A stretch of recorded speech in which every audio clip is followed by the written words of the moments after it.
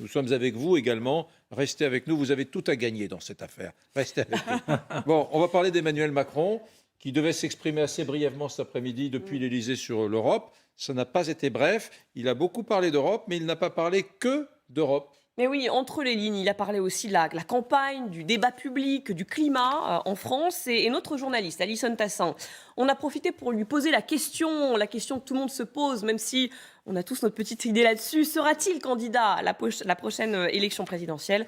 Regardez cette séquence. Vous avez annoncé la fermeture des discothèques, vous avez interdit de danser dans les bars et dans les restaurants. Est-ce que ces mesures seront pour vous suffisantes, notamment pour sauver les fêtes, pour Noël? Et puis par ailleurs, je me fais le porte-voix de plusieurs de mes confrères. Serez-vous candidat à la prochaine élection présidentielle? Chacun se souviendra d'abord que vous fûtes l'ambassadrice de vos collègues pour poser cette question dont j'ai compris ces derniers jours qu'elle était parfois obsessionnelle, mais que sans doute, pour la première fois dans notre histoire, nous aurons eu une question alliant la candidature à la présidence de la République et les discothèques. Ce qui peut-être, d'ailleurs, est une invitation à la fête et la source de promesses. Je veux le prendre comme ça. Je le prends comme un signe d'affection, un désir caché, presque un appel. Plus sérieusement, je pense que dans le temps qui est le nôtre,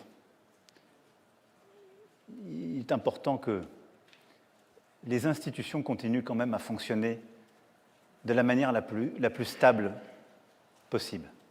Donc il botte en touche, mais il se pose en garant du calme face à la tempête, c'est ça? Non, mais écoutez, qu'est-ce que vous voulez qu'ils disent d'autre? Alors moi, j'ai trouvé que c'était assez drôle, effectivement, d'associer la candidature du président sortant à la fermeture des discothèques, mais il ne peut pas dire autre chose. Il y a une jurisprudence qui veut que le président sortant, quand il se représente, ça n'a pas été le cas du président précédent, c'est de se déclarer, de se manifester fin janvier, début février, peu de temps finalement avant, ce qui est assez normal, pour deux raisons. D'abord parce que, effectivement, quand vous êtes président sortant, il faut montrer que vous continuez à gouverner, à présider le pays et que vous n'êtes pas en campagne permanente, même si c'est une hypocrisie totale, puisqu'il est évident qu'il est en campagne et il nous l'a montré depuis 6 mois. Le président Macron est en campagne permanente.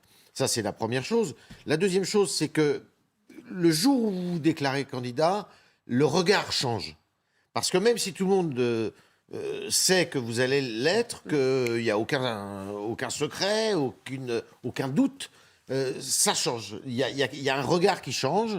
Regardez, même quand vous n'êtes pas sortant, d'ailleurs, quand Éric Zemmour, alors qu'on savait qu'il allait être candidat, le jour où il est candidat, le regard change. Eh bien, ça va être pareil pour le président de la République. Le jour où il rentre dans l'atmosphère, eh bien, il y a un climat qui change, et ce climat, eh bien, il peut être très défavorable. D'ailleurs, du coup, pour le coup, là, il est dans une situation assez confortable par rapport à ses prédécesseurs. La popularité est plutôt bonne. Les intentions Même de si vote, de moins en moins confortable oui, avec certes, l'arrivée de mais Valérie Pécresse. et les intentions de vote sont plutôt bonnes aussi. Et rien ne dit que ça Jean-Michel perdure. Apathy. Oui. Jean-Michel Apathy, il y a quand même un truc, parce que là, aujourd'hui, on se le dit, c'était la cérémonie d'ouverture des Jeux Olympiques. C'est-à-dire qu'il a voulu faire un immense cérémonial avec cette conférence de presse, la presse étrangère invitée à l'Élysée, ce discours avec beaucoup de hauteur sur les institutions européennes. La réalité, c'est que les Français, moi le premier, qui ne connaissent pas très bien l'Europe, ont le sentiment que ça va être le patron de l'Europe. Ça va être le chef. Il va dire attention, il faut faire une réforme. C'est important, une présidence européenne. Non, mais il n'est pas président, c'est pas la présidence européenne. Non, c'est il est important. président du Conseil Oui. de l'Europe. C'est-à-dire qu'en gros, il peut inspirer, il peut suggérer des choses, c'est tout. C'est pas lui qui va dire attention, il faut une fiscalité commune aux 27. Attention, il faut une armée européenne. Rien du tout. Non, Donc, moi, j'ai peur qu'il soit un peu en train d'utiliser tout ceci pour montrer qu'il est quelqu'un d'important et Je voudrais dissiper qu'il faudrait votre peur. réélire. Je voudrais dissiper votre peur, parce que je pense que c'est une conférence de presse importante sur le fond. La France, d'autres pays avant la France, prend la présidence de l'Union. Alors c'est quelque chose de symbolique. Celui qui prend la présidence n'a pas de pouvoir particulier, peut-être un pouvoir d'influence.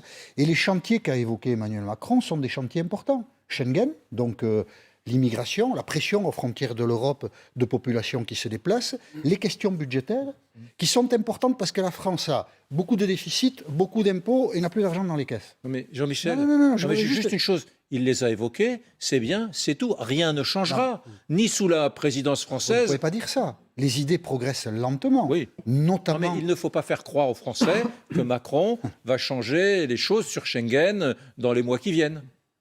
On ne peut pas dire des choses comme ça, Eric. On ne peut pas dire.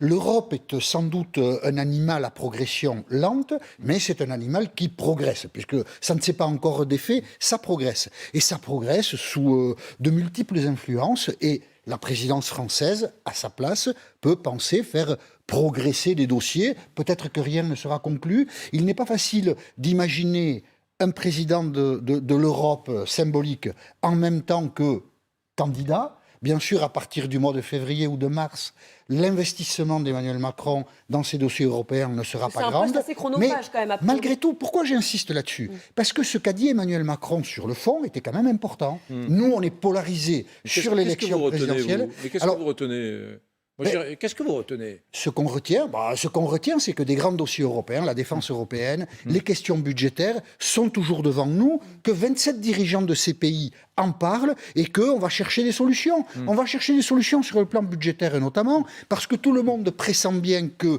les facilités monétaires accordées par la Banque centrale et consenties ou acceptées aussi par les marchés financiers vont se terminer et qu'il faudra mettre des procédures en œuvre pour éviter que des pays comme la France, surendettés, ne souffrent sur les marchés financiers et ne soient obligés d'emprunter beaucoup plus cher. Il y a des choses très importantes qui se jouent. Ceci dit, pour parler de l'élection présidentielle, Emmanuel Macron, dans la phrase que nous avons entendue, a quand même dévoilé un peu son esprit. Les mots trahissent toujours les gens. Il dit, à propos de la décision qu'il prendra ou pas d'être candidat, je pense qu'il faut que les institutions continue quand même à fonctionner. Et dans ce quand même, il y a toute l'impatience d'Emmanuel Macron d'être candidat parce que le débat est là et il pense que y participer, c'est pour bientôt et ça va pas assez vite pour lui. Est-ce qu'il n'est pas en train d'utiliser cette présidence de l'Union européenne comme tremplin pour sa propre Bien campagne? sûr que oui. Bien sûr que oui. Mais c'est politicien, mais à ce moment-là, il est plus président. Alors à ce moment-là, il dit je démissionne et que Gérard Larcher aille à ma place. Marine Le Pen, elle lui reproche son manque de loyauté dans la campagne. Mais c'est politicard. Tout ça, bon. Je pense qu'il a échappé à personne qu'Emmanuel Macron est en campagne, sans le dire. Ce qui, encore une fois, n'est pas très loyal. Je crois à la loyauté, moi, de la compétition électorale. Or, le fait d'être président, de se servir du fait d'être président, d'avoir fait quand même 25 milliards de chèques à différents secteurs, voilà, pour que son image soit améliorée dans le cadre de cette campagne présidentielle, ça n'est pas un fonctionnement loyal. Voilà. C'est faible, c'est très faible, c'est très très faible ce qu'elle dit. Parce que d'abord, d'une première chose, elle dit n'importe quoi. Et la deuxième chose, c'est que c'est à double tranchant. Vous avez tort en pensant que ça peut être un tremplin. Ça peut être au contraire un toboggan. Bon, il fait son job, quoi. Oui, non, parce que l'Europe n'est pas populaire plus que ça. Et que parler de choses, de mécanismes européens, alors qui ne parlent pas du tout aux gens, à beaucoup de gens. Et donc c'est absolument pas un atout pour le président de la République. Non, Yves, pas du tout. Juste une petite chose. Non, pas du tout. Il est évident qu'il va apporter des correctifs aux petits défauts qu'on lui trouve. Par exemple, il est de bon ton de dire que Macron n'a pas été au rendez-vous sur les 4 premières années sur les questions régaliennes, la sécurité, la maîtrise des flux migratoires. Que fait-il aujourd'hui? Il appuie tout particulièrement sur Schengen, sur les flux migratoires, sur la nécessité de protéger nos frontières. Et donc, on va l'entendre dans les prochaines semaines. On va l'entendre en janvier. Combien de temps j'entends? Regardez. Pour l'élection, ça va être très utile. Mais pas du tout. Et si Mais pas du si. tout. Pourquoi? Parce que rien ne changera d'ici à l'élection. Et rien ne changera pendant sa présidence. C'est du travail à long terme. Il va se payer de mots, comme tout le monde Mais en France. écoutez, mais les Français ne sont pas dupes. C'était déjà la même chose avec Nicolas Sarkozy. Combien de fois il a voulu réformer Schengen? Eh bien, il n'y est jamais parvenu. Ouais. Et il y parviendra. Et ils n'y parviendront pas. Cet exercice ne fonctionne pas. C'est-à-dire qu'on s'est déjà posé la question de l'intervention du président de la République le 9 novembre dernier en se demandant pourquoi il avait fait une allocution, pourquoi il était venu devant les Français, alors finalement il n'avait pas énormément de choses à dire sur la pandémie, mais qu'il avait plutôt envie de défendre son bilan. Et là, on est dans un exercice hybride qui, de la même façon, je trouve, ne fonctionne pas. C'est-à-dire que il lance la présidence française de l'Union européenne. C'est effectivement très, très important. Ça n'est pas arrivé depuis 13 ans. C'est une occasion où plein de sujets très importants vont être mis sur la table. Il en parle ce soir. Pourquoi le faire dans le cadre d'une conférence de presse avec des journalistes qui, évidemment, en pleine campagne présidentielle, vont lui poser des questions Politique intérieure. de politique intérieure. Il mélange tout. Et je trouve que ça ne fonctionne pas et qu'il est en train de perdre ce qui faisait sa vista auparavant, c'est-à-dire qu'il avait une capacité à repérer la temporalité des choses et la temporalité du débat. Là, on voit bien que cette conférence de presse, elle est pensée pour quoi ? Elle est pensée pour répondre à Marine Le Pen ou Éric Zemmour. Je suis la lumière, je suis l'Europe, vous êtes les ténèbres, le nationalisme, je suis du bon côté, il va jouer. Et on Les va progressistes l'entendre là-dessus, contre les dans un nationalistes. instant. Sauf que, petit problème et gros caillou dans sa chaussure, depuis samedi dernier, tout a changé, puisqu'on a une femme qui est candidate pour LR et qui sort une tribune cet après-midi dans Le Monde en expliquant qu'elle est pro-européenne, mais qu'en gros, elle prend Emmanuel Macron à revers en disant « Moi, je serai puissante sur l'Europe, j'obtiendrai des résultats là où lui pense en avoir obtenu, mais pas suffisamment. Il faut aller plus loin. » Et là, du coup, sa conférence de presse, qui était contre Éric Zemmour et Marine Le Pen, se retrouve à contre-tempo par rapport à la situation politique telle qu'elle existe aujourd'hui.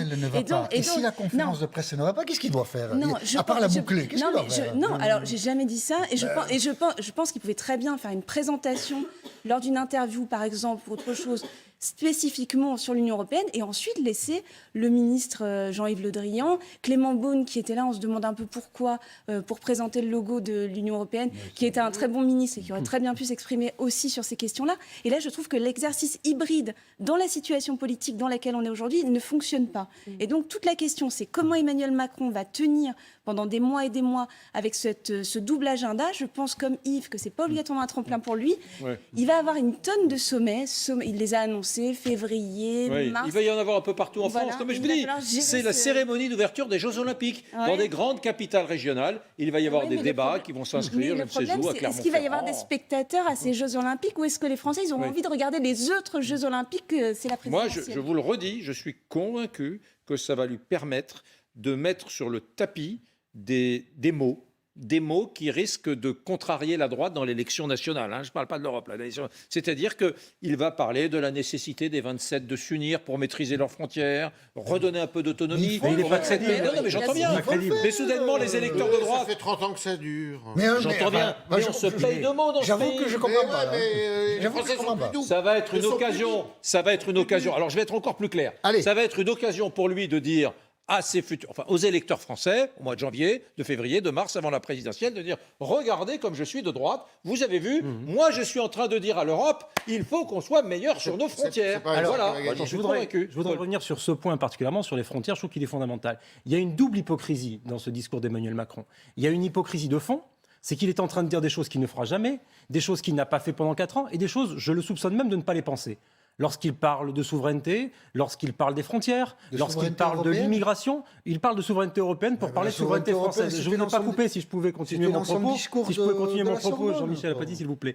Donc, je pense qu'il y a, si vous voulez, une forme d'hypocrisie fondamentale sur le fond, c'est-à-dire qu'il n'a pas changé, il est toujours mondialiste, européiste, et il est en train d'essayer de travestir sa pensée par ses prises de position. La seconde hypocrisie est une hypocrisie de forme. Et ça, c'est ce que vous soulignez à juste titre, Soisic, sur cette espèce de double casquette entre le candidat et le président de la République. J'ai été choqué, moi, personnellement, lorsqu'il nous a annoncé les chiffres du Covid et qu'il a fini par nous parler de l'assurance chômage. Il joue les présidents qui fait des présentations avec des chiffres, des camemberts, des diagrammes en bâton, etc., pour pouvoir faire sa campagne. Là, c'est pareil. Il se met encadré de drapeau français et de drapeau européen pour pouvoir aussi faire sa campagne en étant le président français du Conseil de l'Union européenne. C'est une hypocrisie folle qu'il rentre en campagne. On a fait ce procès à Éric Zemmour en disant qu'il était chroniqueur et qu'il n'était pas en campagne, que Emmanuel Macron rentre en campagne, qu'il ne mente pas aux Français. Et de la même manière qu'il ne mente pas aux Français sur le fond, qu'il assume ce qu'il est. C'est Tous un les européiste, présidents. c'est un fédéraliste, et ce n'est pas ce qu'il est en train de nous raconter là. Sinon, il l'aurait fait depuis belle lurette. Jean-Michel Non. Apathy. Thierry, Jean-Michel. Non, Mais oui, je non, sais que moi, vous n'êtes pas d'accord avec moi. Hein. Non, c'est même pas d'accord. Je trouve que, je vais vous le dire sans détour, je trouve que l'argumentaire est assez médiocre. Quelqu'un qui dirige un pays ne peut pas se livrer à l'action électorale aussi facilement que ça. C'est pas, enfin, je vais pas défendre Emmanuel Macron, ça m'est Pourtant, c'est complètement. un peu ce que vous faites. Oui, là, je vais le faire. Et c'est pas lui qui a Mais vous fixé en la avez le date. droit, il faut l'assumer, c'est tout. Mais alors, je l'assume parce que vraiment, je le répète, la critique est médiocre. Donc, je l'assume. Bien sûr. Ce n'est pas lui qui a fixé la date de la présidence française. Oui, mais Donc, il aurait pu le la refuser. présidence française, Il qu'est-ce aurait que pu vous le voulez que je vous refuser. dise? Il aurait Peut-être- pu dire qu'il le ferait l'année peut-être prochaine. qu'on en qu'il a serait pas réélu. bien- Il y aurait peut-être eu qu'on- plus de grandeur d'âme à cela. Peut-être qu'on n'en a pas C'est ce bien... qu'a dit Pécresse. On c'est va ce qu'a écouter demandé. Et Pécresse. peut-être qu'on en a pas... Valérie Pécresse a eu raison. Peut-être qu'on n'en a pas bien conscience, mais il se joue des choses importantes. Bien sûr, les questions autour de l'immigration avancent très lentement et trop Mais lentement. elles ne l'ont jamais Mais intéressé, c'est vous le tous savez les très jours. bien. On est dans Schengen. Mais C'est il se tous les- moque de l'immigration. C'est pas sa pourquoi vous dites question à qu'il se Emmanuel moque de Macron. l'immigration Mais il d'où s'en ça sort fiche, ça oui. Mais Pourquoi parce il se que là, moque de il y a l'immigration une campagne qui est lancée. Pourquoi Éric Zemmour a ramené ce thème avec Marine Le Pen. Les Français sont préoccupés par la question migratoire, donc il en parle. En 2017, Enfin, c'était vous pas le thème de racontez- sa campagne. vous racontez l'immigration. n'importe quoi. Comment Non, vous pouvez dire Je raconte des faits. Comment vous pouvez dire que le chef d'un État, quel qu'il soit, se moque de l'immigration? Mais je Alors, crois qu'il ne vous s'y pouvez intéresse dire pas. qu'il ne résout pas le problème, ça, d'accord. Mais pourquoi Donc, vous dites qu'il s'en moque? les politiques migratoires depuis 40 ans, c'est un succès en France. Parce que là, pour m'expliquer ça, il faut être quand même très très fort. Bah oui. Bah oui. Ouais, bon, d'accord. Et c'est la vérité. Mais j'ai dit que c'était un succès. Enfin, bon. Voilà. Bon. Allez, En tout cas, vous Jean-Michel. lisez- vous lisez- Non, Vous mais pouvez on peut pas. répondre, Jean-Michel. Non, mais on peut pas répondre à une imputation. Emmanuel Macron se moque de l'immigration. Qu'est-ce que je réponds à ça, moi? Enfin, la présidence européenne, c'est quelque chose d'important. Présider un État, c'est quelque chose d'important. On ne peut pas être candidat n'importe quand, n'importe comment. On l'a vu avec les prédécesseurs. Il y a des rythmes qui sont assez naturels. Un président de la République qui doit mener beaucoup d'actions de front ne se déclare pas trop tôt parce que ça n'est pas dans l'intérêt du pays. Qu'après, les autres candidats disent c'est pas loyal de ne pas se déclarer. Très bien. Mais imaginez Marine Le Pen à l'Élysée. Vous pensez qu'elle sera candidate à sa succession si elle est élue en 2022, à n'importe quel moment? Non. On prend en compte plusieurs intérêts. Donc, c'est pour ça que je trouve que c'est assez médiocre. Bien sûr qu'il y a un statut hybride. On comprend bien qu'Emmanuel Macron va être candidat. Mais il ne l'est pas encore. Oui. On va bien patienter un peu. Il va être Qu'est-ce que ça candidat change? et il veut à tout prix se poser en rival face à Éric Zemmour. Il a évoqué la question du candidat Elle vient de tourner la polémiste. page, là. Ah, Yves, On l'écoute. elle vient de tourner la page. Elle a tourné la page. Vous réagirez là-dessus juste Elle a après, je vous tourné la rassure. Yves. On regarde. Il n'appartient pas au président de la République, quel qu'il soit, de qualifier ou disqualifier un candidat à une élection à venir. C'est au peuple français de décider souverainement. Je ne dirai qu'une chose, c'est que notre pays est un vieux pays fait de valeurs, de culture, de combats, et qu'il s'est à chaque fois grandi d'avoir su regarder ses défaites, mais d'avoir su consolider ses valeurs. Et aimer la France et respecter les Français, c'est au fond avoir une certaine idée de la grandeur de la France. C'est respecter la dignité de chaque Française et de chaque Français, parce que c'est ce faisant respecter la dignité de notre nation. Voilà, Emmanuel Macron qui se pose en quelque sorte en rempart face aux extrêmes. On écoute à nouveau le président. Quand les vents mauvais reviennent et se lèvent, il est légitime qu'il y ait des choix démocratiques et que toutes les voix s'expriment. Mais le rôle de nos institutions est de tenir le pays là où il doit être. Ne rien concéder, ni au racisme, ni à l'antisémitisme, ni à la remise en cause de nos valeurs, ni à la manipulation de notre histoire. Et quels que soient les choix démocratiques qui seront faits au printemps prochain. Et ils doivent se faire dans le calme, le plus grand pluralisme, la plus grande liberté de discussion, d'échange et de controverse, car la controverse, c'est l'esprit français. Mais la haine, c'est la haine de la France. Et donc, le rôle du président de la République, c'est d'éviter cela. Et donc, pour ce faire, je pense qu'il est bon de veiller, en tout cas, à ce que ce cadre soit respecté. Bon, un Macron très formel, très solennel, Soisy Kemner, qui parle en creux, tout le monde l'aura compris, d'Éric Zemmour, parle de valeurs, d'histoire, etc. Bon, très bien. Juste une chose, certains esprits taquins et espiègles rappellent que les deux hommes se sont parlé, que c'est même Macron qui, au moment de ses réflexions sur l'immigration, avait appelé Éric Zemmour. Alors, Emmanuel Macron avait appelé Éric Zemmour. Éric Zemmour le raconte dans son dernier livre, La France n'a pas dit son dernier mot, parce que Éric Zemmour avait été agressé. Donc il l'appelait pour en discuter. Et au moment de la discussion, c'est en tout cas ce que raconte Éric Zemmour dans son livre, ce qui est absolument infirmé par l'Élysée. L'Élysée dit que c'est totalement faux. Il aurait demandé à Éric Zemmour une note sur l'immigration. On comprend bien, de toute façon, c'est ce qu'a fait Éric Zemmour dans tout son livre. C'est-à-dire qu'il raconte des rencontres avec des personnalités qui évidemment sont pas mises en valeur par rapport à lui. Hein. C'est un peu le jeu du livre. Souvenez-vous, Xavier Bertrand qui lui dit « je suis pas au niveau pour être candidat à la présidentielle », résultat, il ne le sera pas. Donc, moi, je ne sais pas quelle est la vérité de la chose. En tout cas, c'est ce que raconte Zemmour dans son livre. Bon, on va prendre oui, Patrick Vignal, député LaREM de l'Hérault, que vous connaissez bien, qui nous fait l'amitié de venir souvent dans cette émission par Skype. Bonsoir, monsieur le député. Bonsoir. Bon, alors finalement, le président de la République est un peu dans le non-dit, c'est-à-dire, bon, je fais un peu la campagne, même si ça déplaît à Jean-Michel Apathy, sans dire que je fais campagne, et de la même façon, je tacle en passant Zemmour avec une certaine solennité, une certaine gravité, sans prononcer le mot de Zemmour. Ça, oui, ça s'appelle faire campagne quand même. Vous savez, quand je vois les partenaires politiques, parce qu'il n'y a pas d'adversaire en politique, qui expliquent que le candidat sort le chéquier, fait campagne, que nos candidats, mais soyons sérieux, quand vous avez des présidents sortants de région, vous leur demandez un an avant de pas travailler. Pareil pour les maires sortants. Oui, ça existe effectivement. Les gens qui sont en responsabilité, ils ont deux choix. Ils s'arrêtent un an avant et les citoyens qui ne vont plus voter aux urnes vous diront mais oh, ils servent à quoi? Donc le président est dans son rôle. Moi, je suis désolé. Je trouve qu'il fait un excellent travail pour l'Europe. Ce n'est pas suffisant. L'Europe avance à petits pas. On est en pleine pandémie. On a 280 milliards de dettes. Et j'ai envie de dire à vos invités sur le plateau, ne faites pas comme nous, ne soyez pas dans la posture, laissez ça aux politiques ou à la petite bassesse politicienne. Parce que franchement, aujourd'hui, l'objectif, Éric Brunet, je rentre d'Angoulême et de Bordeaux. J'ai une mission nationale sur la médiation. J'ai vu des jeunes qui royaient au bas des immeubles, qui ont envie d'avoir un avenir. Et quand ils nous écoutent, si on leur explique que Valérie Pécresse n'est pas gentille, qu'Éric Zemmour, mais ce n'est pas le souci des Français. Est-ce qu'on est capable de régler les problèmes des Français? Aujourd'hui, on a un président qui, aujourd'hui, est aux affaires. Moi, ça me va très bien qu'on parle de l'Europe, parce que l'Europe, c'est gouverné à 27, parce qu'on a la réflexion sur les frontières, on a l'écologie. Yves Tréhard, vous avez entendu le message de Patrick Vignal? Oui, non, mais je voudrais dire à Patrick Vignal que je salue. Je ne suis pas tout à fait d'accord avec lui, parce qu'on ne se comporte pas là du tout comme...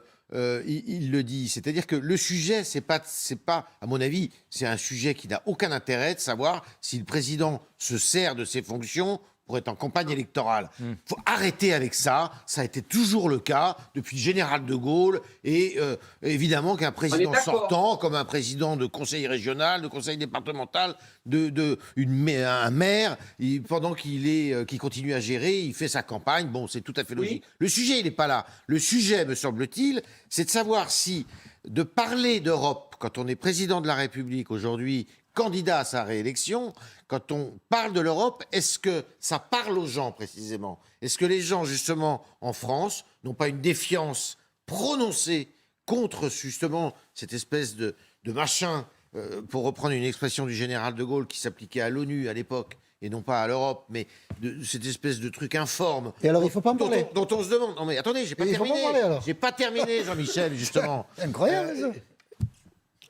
J'ai pas terminé, vous savez pas ce que je vais dire. Ce que je veux dire simplement, c'est que ce qui est intéressant, est-ce que c'est bénéfique ou pas? Peut-être pas, mais il faut pas en parler, c'est parce que c'est pas bénéfique. C'est pas ce que j'ai dit, voyons. Qu'est-ce que vous dites alors? Je comprends pas ce que vous dites. Ce que je voulais dire simplement, c'est que dire que je vais trouver des solutions à l'immigration, que je vais trouver des solutions à la pauvreté et à la misère en France, des choses comme ça, est-ce que je vais trouver ces solutions en passant par l'Europe? C'est évidemment pas audible pour les Français, parce que les Français ne sont pas dupes. Ça fait 30 ans qu'on leur dit on va réformer Schengen, et on ne réforme pas Schengen. Ça fait pas 30 ans, parce que Schengen, ça fait pas 30 ans que ça existe. Mais ça fait 10 ans ou 15 ans qu'on le dit, et ce n'est pas le cas. Donc, je dis que le bénéfice du discours sur l'Europe, en disant je vais tout changer, en plus en 6 mois, on sait très bien qu'on ne change rien. Ça peut se retourner. Ça peut se retourner contre soi. C'est un commentaire, c'est tout. Je rajoute un truc, Jean-Michel, qui ne vous a pas plu tout à l'heure, mais la présidence tournante du Conseil de l'Europe, c'est ce que va avoir la France le 1er janvier,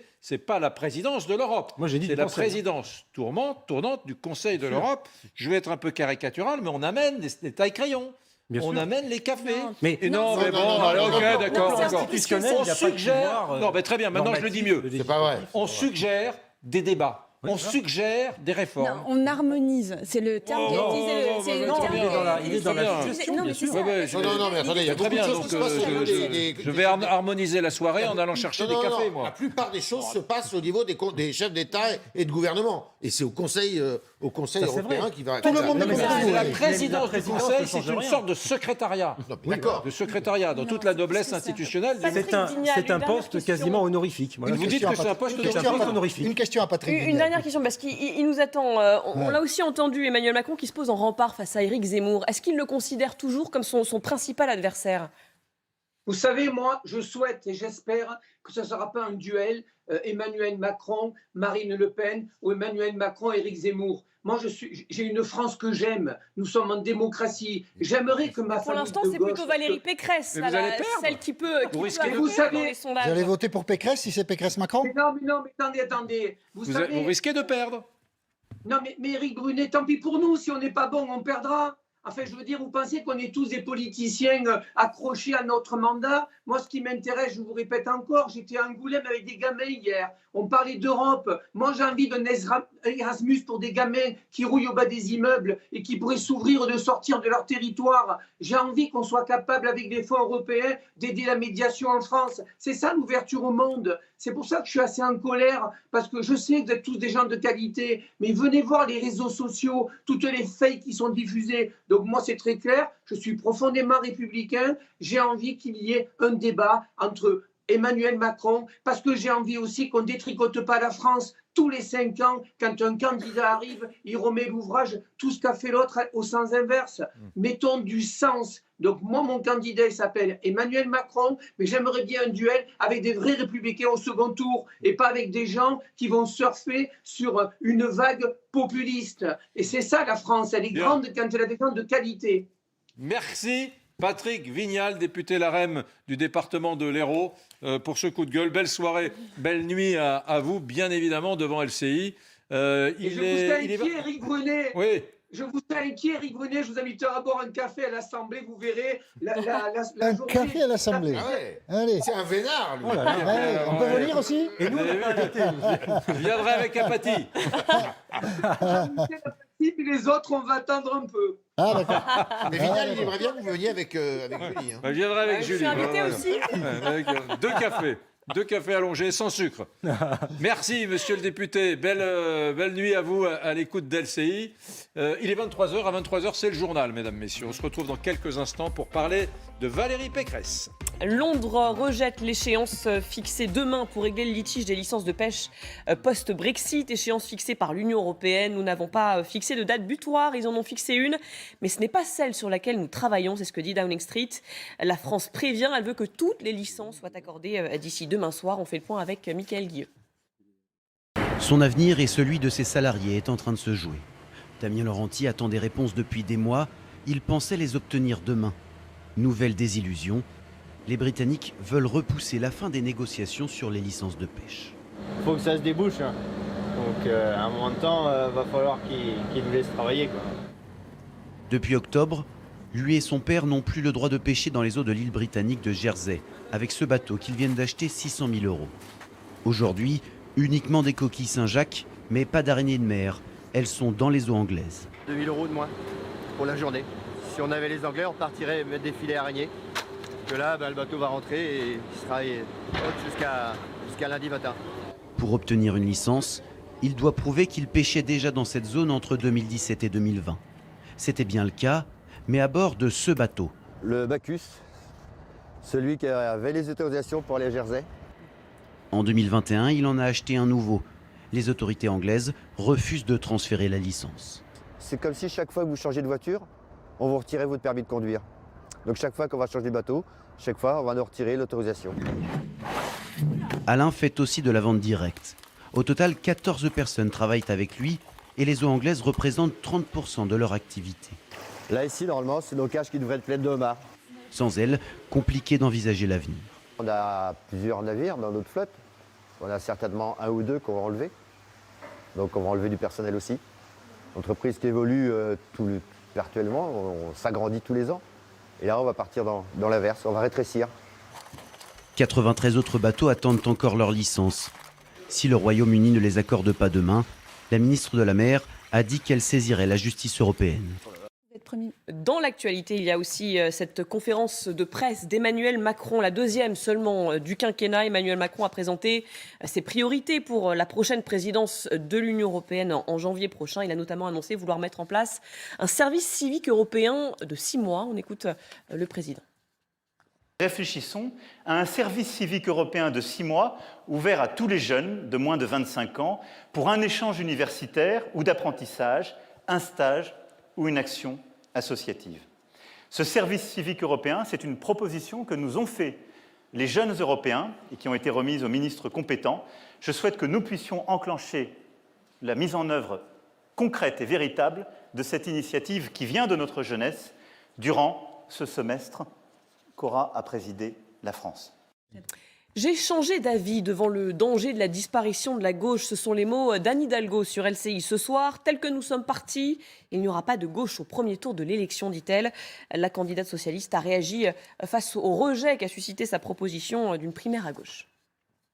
Je pense qu'ils sont allés un peu vite en besogne, parce que là, ce sont des réponses finalement d'état-major politique. Cette réponse trop rapide, pour être sérieuse, est une réponse qui va sans doute bouger. Sous l'effet de quoi? Eh bien, de cette demande que moi j'ai entendue de ces Françaises et Français qui disent « unissez-vous, faites quelque chose ».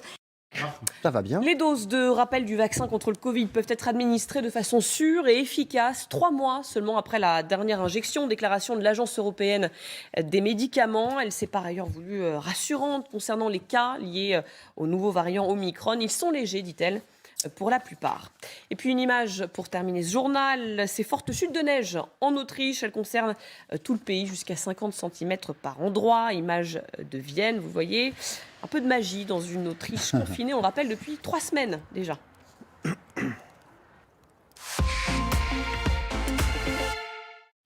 Autour de la table, mesdames, messieurs, toujours Soisic Kemner de Marianne, Yves Tréhard du Figaro, Paul Melun, essayiste, et Jean-Michel Apathy, éditorialiste LCI. Nous sommes également rejoints par Renaud Pilat et à l'instant par Olivier Hubeda. Bonsoir Olivier Hubeda. Bonsoir. Vous êtes consultant en stratégie politique et directeur national des événements d'Éric Zemmour, c'est-à-dire que vous conseillez Éric Zemmour. Renaud Pilat, vous avez regardé ce soir sur une chaîne concurrente l'interview d'Éric Zemmour. Que s'est-il passé? Il y a eu des événements nouveaux en début de soirée? J'ai regardé le débat, effectivement, la confrontation entre Bruno Le Maire et Éric Zemmour, une confrontation tendue, effectivement, où Bruno Le Maire a attaqué Éric Zemmour sur ses positions sur l'immigration, ses positions sur le grand remplacement.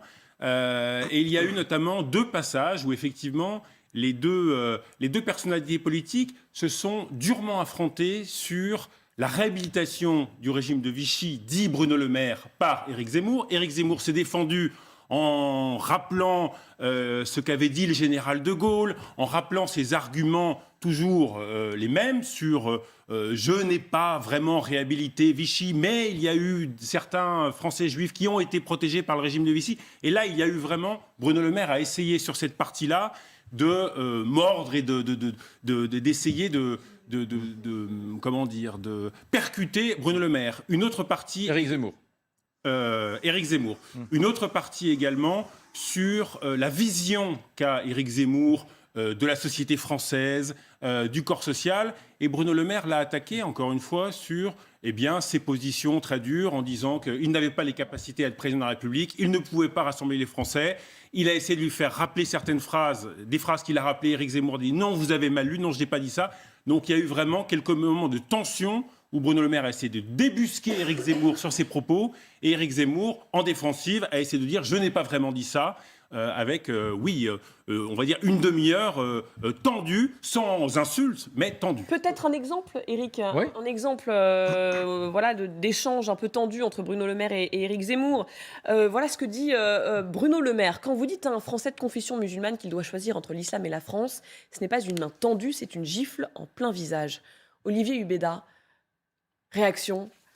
Déjà, moi, j'ai trouvé ce débat très intéressant. Ces deux personnalités que je connais bien. J'ai travaillé pour Bruno Le Maire pendant 1 an et demi, pendant la campagne des primaires. J'étais dans un moment un peu schizophrénique. Et puis, j'ai mon nouveau client, candidat, Éric Zemmour, qui est un homme honnête avec lui-même. C'est-à-dire qu'on ne découvre pas Éric Zemmour ce soir. Il a pris une densité quand même depuis Villepinte, clairement. Le discours qu'il a prononcé était fort.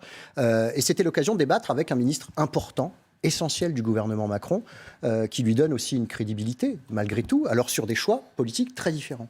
Donc moi, j'ai vu deux personnalités qui avaient un vrai corpus idéologique différent, qui n'étaient pas d'accord sur le fond, échanger de façon civile pendant... je sors du plateau.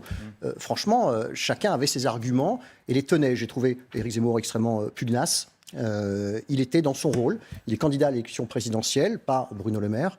Et donc, chacun défendait l'un son bilan, l'autre son projet ou son programme. Le civilisationnel, c'est un sujet essentiel pour Éric Zemmour. Il en a reparlé et il a beaucoup parlé d'économie, là, pendant un long moment. Et donc, l'échange fut, à mon avis... Là, c'était calme. Mais après, après sur l'immigration, sur l'islam, on caricature, sur tout ça, mais on caricature toujours. vraiment... On caricature, Oui. on passe son temps à lui parler de Pétain. Mais il passe pas son temps à parler de Pétain, Éric Zemmour. Hein. Dites, vous avez vu, il y a eu ce soir, lors de la conférence de presse cet après-midi à l'Élysée, sur l'Europe, il y a une question qui a été posée par un journaliste de Radio J au chef de l'État sur Éric Zemmour, qui faisait la liste de toutes les outrances du candidat Zemmour. C'était un moment lourd. À ce moment-là, je me suis dit, mais est-ce que les conseillers d'Éric Zemmour vont enfin insister pour lui demander de clarifier, d'arrondir, de s'excuser si nécessaire? Je sais que Éric Zemmour n'a pas l'excuse facile, mais vous lui dites pas, vous, quand même, il faudrait clarifier sur Pétain les choses, sur Dreyfus, mais on parle. Non, vous lui dites ça? Déjà, on parle de tout. C'est l'avantage, c'est qu'il écoute, il entend, et en même temps, il affirme des choses. Maintenant, c'est pas parce qu'il a dit quelque chose il y a 3 ans, 5 ans, 10 ans, que voilà, il est en train de changer, d'affirmer une forme de présidentialité. Villepinte, c'était l'occasion aussi de montrer ces choses-là. Maintenant, on peut revenir sur telle ou telle déclaration tant et tant. On peut faire le truc là-dessus, mais enfin, très franchement, on va aussi passer à autre chose. Mais Quoi. il y a quelque chose que je ne comprends pas. C'est-à-dire que c'est un écrivain, oui. Il a beaucoup travaillé les idées, oui. Et finalement on l'entend beaucoup, depuis qu'il a lancé sa campagne, dire « Ah non, mais ça c'était avant, j'étais pas candidat candidat à la présidence de la République ». Et c'est compliqué quand même de laisser tout son corpus idéologique, ou toute une partie de son corpus idéologique de côté, en disant « On ne tient plus compte de ce que j'ai dit avant, on remet tout à zéro ». C'est pas du tout comme ça qu'il fonctionne, il assume les choses, il les explique. Le problème, c'est qu'on prend des détails, qu'on essaye d'en faire l'essentiel, on n'écoute pas sa démonstration. Et il fonctionne en démonstration, il fonctionne sur le temps long. Et on l'oblige à caricaturer, au fond, ses propos qui ne sont pas si caricaturaux que ça, en fait. Et il fonctionne comme ça. Moi, je l'ai compris maintenant. Ça fait 2 mois et demi que je travaille avec lui. Je comprends pourquoi il est caricaturé, mais il n'est pas si caricatural. Mais au fond, je passe la parole à Jean-Michel Apathy dans un instant, mais au fond... je regardais, il y a une tradition dans la vie politique chinoise, en Amérique du Sud, dans le monde anglo-saxon, aux États-Unis, on s'excuse. Barack Obama, à un moment donné, quand il met en place l'Obamacare, il y a 15 jours de retard, il y a 2 ou 3 millions d'Américains qui ont une droit de protection sociale pendant presque un mois. Ben, il les regarde face caméra, la main sur le cœur, il leur demande pardon. Pourquoi est-ce que Éric Zemmour va pas dire, si j'ai blessé des gens dont les grands-parents sont morts à Auschwitz, par exemple, ou d'autres, je m'en excuse, c'était pas mon propos. Enfin, il dit les choses. Il suffit d'expliquer. Éric Zemmour n'a pas une once de méchanceté. Enfin, vraiment, il conçoit la vie politique comme des grandes idées fondamentales. Alors, évidemment, il y a quelque temps, il a le langage cru, ça c'est clair. Il est clivant, ça c'est clair. Mais il est clair, justement, lui. On sait ce qu'il pense, il est honnête avec cette espèce de corpus idéologique, il le développe. Écoutez bien le discours de Villepinte. Il a commencé à dire des choses qui permettent de rassembler les Français. Donc moi, c'est ça qui m'intéresse, c'est l'évolution. On part de quelque chose. Enfin, il y a 2 mois et demi, il sortait un bouquin. On est quand même passé à autre chose. Oui. Voilà, il y a de la ferveur. Moi, c'est ce que j'ai vu à Villepinte. Il y a un discours qui Enfin, il y a de la ferveur, il y a aussi de la violence. Et il le dit, je suis responsable des violences. Jean-Michel. Le journaliste de Radio J que vous avez cité, qui a posé la question en conférence de presse, son grand-père est mort à Auschwitz. Donc c'est une question qu'il a, je le connais, Frédéric Aziza, c'est une question qu'il a posée avec cette émotion particulière, puisque un candidat à la présidence de la République dit que le maréchal Pétain a sauvé les juifs français et il n'a donné que des juifs étrangers. Lui, son grand-père est mort à Auschwitz. Vous savez, puisque Éric Zemmour aime l'histoire, c'est tout de même important. Éric Zemmour doit assumer ce qu'il a écrit et dit. N'importe quel candidat à une élection aussi importante se voit confronté à ses pensées d'avant. Vous dites on sort les pensées de leur contexte, ou alors on extrait quelque chose sans tenir compte d'un raisonnement global. Éric Zemmour, à la une de Causeur, janvier 2017, dit « Entre la France et la République, les musulmans doivent choisir ». Bon, c'est tout de même extrêmement violent. Octobre 2016, sur un plateau de France 5, Éric Zemmour dit qu'ils le reconnaissent ou pas, peu importe ce qu'ils disent, qu'ils le reconnaissent ou pas, les musulmans pensent que les djihadistes sont, tous les musulmans, pensent que les djihadistes sont de bons musulmans. Vous vous rendez compte de la violence? Si moi je suis musulman, je ne le suis pas, hein. Je suis musulman, je vois les attentats à Charlie Hebdo ou au Bataclan. Et voilà quelqu'un qui va être candidat, je ne le sais pas à l'époque, maintenant il l'est, qui va être candidat à la présidence de la République française, qui me dit, toi, parce que tu es musulman, tu aimes les djihadistes, tu es complice avec eux. Comment ne pas confronter Éric Zemmour à tous ces propos-là? Et je rejoindrai Éric. Si Éric Zemmour est vraiment sincère à Villepinte, quand il dit « je tends la main aux musulmans », alors il doit dire que ces phrases-là, par exemple, tant d'autres phrases, sont des phrases qu'aujourd'hui il n'assume pas. S'il ne dit pas ça, nous ne croirons pas les propos qu'il a tenus à Villepinte. Je voudrais répondre à ça, parce que là, Jean-Michel, vous dressez en procureur ce que vous n'êtes pas. Vous n'êtes qu'un journaliste. Je ne vais pas te faire l'avocat du diable. Non, ce que vous dites, c'est assez grave, ce que je vais vous dire. Ben, c'est grave. C'est ce que je dis est grave. Ce qu'a dit Éric Zemmour n'est pas grave. Mais attendez, c'est ce que je dis vous ne savez moi pas qui est ce que grave. je vais dire. C'est ce que je dis moi qui est grave. Sur Pétain, pourquoi il ne veut pas aller sur Pétain? Parce qu'il sait très bien que là-dessus, il va avoir que des problèmes, qu'il a un électorat qu'il veut capter et que cet électorat, il ne veut pas le perdre. Et il fait un pas de côté. Parlons des musulmans. Sur les musulmans. Oui. Vous voyez bien qu'il a évolué. Et pourquoi il a évolué? Mais qu'ils le reconnaissent alors? Mais il n'a pas à le reconnaître. Ah bon? Pourquoi? Vous n'avez pas à lui dire levez-vous et reconnaissez vos erreurs. Ah pourquoi? Eh bien, pourquoi vous ne faites pas aux autres? Mais quoi, je ne suis pas candidat à la présidence de la République. Alors là, je ne comprends pas du tout votre propos. Moi, c'est votre position que je comprends pas. Alors que vous pouvez dire, vous, journaliste, mais attendez, vous n'êtes que journaliste, comme moi. Vous dire, bah oui, il a changé. Parce qu'il a la subtilité, il a changé, mais qui nous dit qu'il a changé? d'Éric Zemmour, et vous pouvez la condamner, c'est de dire qu'il distingue les musulmans de la religion musulmane aujourd'hui. Et ça, c'est un artifice qu'ils le reconnaissent ou pas. Tous les musulmans pensent que les djihadistes sont de bons musulmans. Mais c'est à vous de faire ce choix-là. C'est pas à vous de lui dire, Monsieur Zemmour, reconnaissez vos erreurs. Ah bon? En tout cas, Villepinte, il a été très clair. Olivier Hubeda, non mais Olivier Hubeda, Olivier Hubeda, est-ce que vous, qui conseillez Éric Zemmour, qui êtes dans la campagne d'Éric Zemmour, qui le voyait tous les jours, qui lui parlait, est-ce qu'il bouge? Est-ce qu'il évolue? Il évolue. Parce qu'on n'a pas il installe quelque chose de nouveau depuis Villepinte. Le discours, il faut quand même le relire et le réentendre dans ce qu'il dit justement sur les musulmans. Il a même évolué depuis dimanche et en par disant rapport au président de la République. Lui, il veut des Français qui, quelle que soit leur religion, acceptent l'ensemble de l'histoire de France et mettre la nation française au-dessus de n'importe quelle religiosité. C'est son truc depuis toujours. Il n'a pas changé au fond là-dessus. Il parle de l'assimilation et il continue d'ailleurs. Et il le dit la même chose. Les juifs, les protestants, les catholiques ont fait de la République quelque chose de supérieur. Et il dit aux musulmans, faites la même chose, devenez français complètement, prenez la France telle qu'elle est, et ne mettez pas le Coran au-dessus des lois de la République. Je peux vous poser une question, Olivier Hubeda? Allez-y. Que pensez-vous de cette phrase d'Éric Zemmour? Je respecte, il parle des djihadistes, les gens prêts à mourir pour ce en quoi ils croient, ce dont nous ne sommes plus capables. C'est une phrase acceptable? Une précision. C'est contradictoire avec ce qu'il dit par ailleurs. Une précision parce que ça a été un moment dur du débat entre Éric Zemmour et Bruno Le Maire. Oui. Où effectivement, je l'ai vu sur Twitter. Voilà. Et effectivement, Bruno Le Maire a rappelé ces phrases en disant, rappelez la présence d'Éric Zemmour devant le Bataclan il y a quelques mois, et rappelant cette phrase effectivement en disant que Éric Zemmour avait parlé de l'islam. Je respecte l'islam. Et à la fin, il disait qu'effectivement, les djihadistes sont prêts à mourir.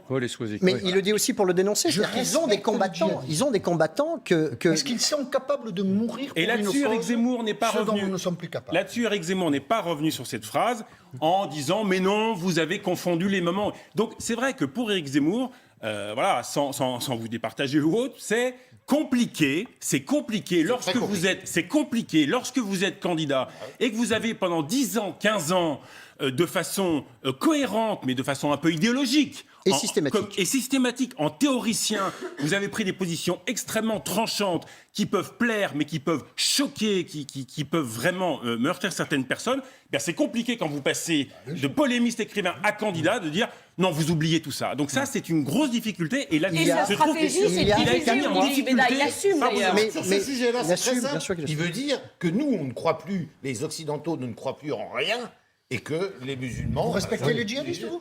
C'est pas ce que je dis, c'est ce qu'il veut dire. C'est choquant. Mais évidemment que c'est choquant. Ne faites pas semblant, Jean-Michel, ne faites pas semblant. Mais la formulation peut prêter, Non, mais ce qu'il veut dire, ça fait penser au Japon de Mishima dans les années 70, qui dit, voilà, face à la décadence occidentale, il y a chez nos ennemis, il y a chez nos ennemis, où il y a dans nos traditions, des gens qui étaient prêts à mourir. Mais ce qu'il veut dire, c'est on ne fera pas la campagne là-dessus. Éric, c'est dégueulasse de dire ça. Oui, j'entends. Et quand Éric Zemmour l'a dit, moi je me souviens bien. Il y a eu une plainte et il a été relaxé. C'est paru un vendredi. Après Olivier Hubert. Dans Causeur. C'est paru un vendredi. Le samedi soir, il fait une télévision. C'est un scandale, mais tout le monde est choqué. Enfin, il faudrait repasser toutes les archives de ce moment-là. Et maintenant, on dit, ça n'a pas existé, mais enfin... Non, personne ne dit ça. Non, mais personne ne dit ça. Personne ne dit ça. Attendez, Jean-Michel Apathy. Tout le monde emmerde Zemmour avec ces petites phrases. On ne peut pas dire que les journalistes... On ne peut pas dire que les journalistes... Mais il faudrait qu'il les regrette, ces phrases. Qu'il s'en excuse. Qu'il les efface. Écoutons Olivier. Un homme politique ou une femme politique qui regrette ce qu'elle a fait. Appelez-le et dites-lui ce que vous venez de me dire. Je ne suis pas sûr qu'il décroche Mais Olivier Hubeda, quand même. Olivier Hubeda, Je vous le passe à côté. il y a une tendance qui se confirme là dans les sondages. Il est à la baisse, Éric Zemmour. Il arrive maintenant en 4e position, bien souvent derrière Marine Le Pen. On va peut-être voir ce dernier sondage Ipsos. Il est à 14% derrière Marine Le Pen, les prochains qui est à 16, arrivent. derrière Valérie Pécresse, également à 16 et Emmanuel Macron. Attendez les prochains qui arrivent. À 25. Est-ce qu'il ne doit pas plus globalement adoucir son discours pour espérer Non, mais il n'y a pas à adoucir. Ça va être quoi sa stratégie dans les prochains jours? Son discours, il est très clair aujourd'hui. Laissez Villepinte et le discours de Villepinte infuser dans la population et on fait les sondages après. On ne les fait pas 24 heures après. Il faut du temps aussi pour accrocher. Donc, moi, les sondages du lendemain, c'est intéressant. Les sondages de dans 8 jours. C'est vrai que là, il y a une très grosse séquence médiatique. Moi, ce qui m'intéressera, ce sera les sondages dans 8 jours, dans 10 jours, dans 15 jours. Ceux-là vont être intéressants. Puis l'ensemble des sondages, surtout.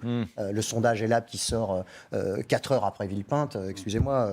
Bon, ça va. Ouais. Alors, Paul Melun et Soisig Kemner qui écoutent patiemment cette petite algarade qu'il y a eu entre les camarades Tréhard et Apathy. Paul. Qui n'est pas inintéressante par ailleurs. Mais je pense que derrière le fait de ramener Éric Zemmour à ces polémiques systématiques, si vous voulez, il y a un peu de mauvaise foi et de réduction du débat politique. Moi, je pense qu'Éric Zemmour est prenable sur le fond des sujets. Je pense qu'il y a des sujets sur lesquels nous nous grandirions tous à interagir avec Éric Zemmour. Moi, par exemple, j'ai un reproche à formuler à Éric Zemmour au plan de ses idées. C'est un jacobin. Il ne parle que de Paris. C'est un centralisateur. Jamais il ne parle du référendum d'initiative citoyenne cher aux Gilets jaunes. Jamais il ne parle de la régulièrement de la diagonale. Il ne parle jamais. Oui, mais pas local. Il ne parle pas d'initiative citoyenne non plus. Il ne parle pas de la diagonale du vide. Il ne parle pas de l'étalement urbain. Il ne parle pas des villes moyennes. Ou en tout cas, en tout cas, à ce moment-là, vous n'avez pas écouté Villepinte. Relisez Paul Villepinte. Mais à ce moment-là, quand il en parle, il est inaudible. Moi, je suis très attaché à cette question-là. Je pense que beaucoup de nos compatriotes ne vivent pas à Paris et vivent en région et aimeraient bien savoir ce qu'Éric Zemmour pourrait leur proposer. Alors après, le fait qu'Éric Zemmour soit ramené systématiquement à ces polémiques et qu'on les tronque, qu'on les réduise, ça, je suis plutôt de ce côté-là, de votre côté. Par contre, je pense que nous sommes en droit d'attendre d'un candidat à l'élection présidentielle qu'il soit complet, solide sur l'ensemble des sujets. Sur ce sujet-là, par exemple, je trouve qu'il manque un peu de solidité. Oui, super, il est candidat depuis 8 jours. Attendez, les 4 mois qui viennent, très longtemps, super. Non, mais il est candidat officiellement depuis le 30 novembre midi. Est-ce qu'on peut juste avoir le temps d'installer les choses? C'est tout. Il va installer les choses. Et toutes ces questions que vous soulevez, vous aurez des réponses assez claires. Olivier Hubeda, vous êtes un organisateur reconnu. Vous avez organisé ce meeting de Villepinte avec beaucoup de références d'ailleurs à Nicolas Sarkozy. Non. Pas des drapeaux. références, non, j'ai fait pas une page blanche, il n'y a pas de référence à Nicolas Sarkozy. Alors, J'ai elles voulu étaient parler subliminales. à un électorat de droite avec des fondamentaux stylistiques dans lesquels ils peuvent se reconnaître. Cet électorat a besoin de vibrer sur des choses. Ça fait longtemps qu'il n'avait pas vibré, l'électorat de droite.